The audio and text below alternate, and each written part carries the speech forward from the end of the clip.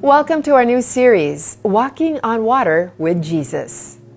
Hindi laging madali ang lumapit kay Lord, buti na lang Jesus made a way for us to confidently come to Him.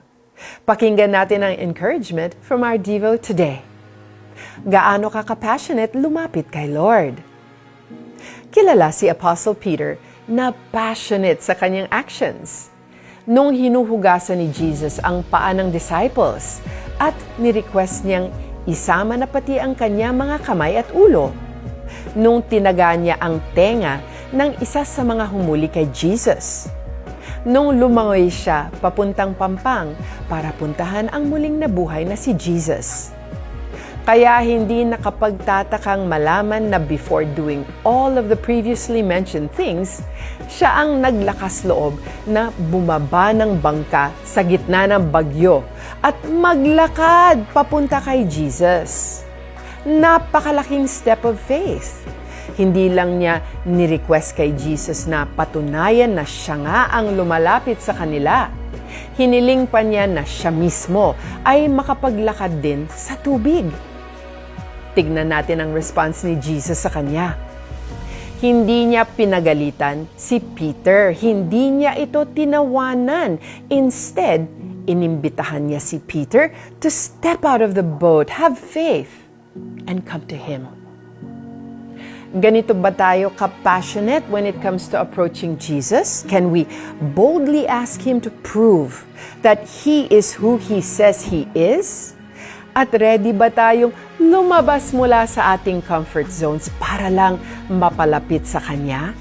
Sabi sa Hebrews 4:16, huwag tayong mag-atubiling lumapit sa trono ng mahabaging Diyos upang makamtan natin ang habag at kalinga sa panahon ng ating pangangailangan. Naiintindihan ni Jesus ang pinagdadaanan natin, ang mga kahinaan at temptation na pumipigil sa atin na lumapit sa Kanya. And because of this, dapat may confidence tayong maglakad in faith toward Him dahil alam nating na-secure na niya ang mercy that we need. Gusto mo bang lumapit kay Jesus pero may pumipigil sa iyo?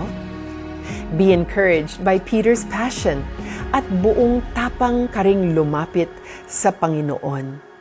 Let's pray right now. Dear Jesus, thank you for securing the mercy we need para makalapit kami sa iyo confidently. Bigyan mo ako ng pusong passionate na lumapit sa iyo at all times. Amen and amen. Okay, na-encourage ka ba sa devotional na ito? Pwede mo ring itong ibahagi sa iba. All you have to do is click the share button and bless them with God's Word today. Sinabi ni Pedro, Panginoon, kung talagang ikaw nga yan, hayaan mong ako'y pumunta sa iyong kinaroroonan diyan sa ibabaw ng tubig. Sumagot siya, halika. Matthew 14 verses 28 and 29.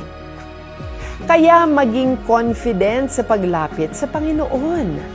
Abangan bukas ang next part ng ating series na Walking on Water with Jesus. I'm Joyce Burton Titular. Thank you for joining us on Tanglaw today.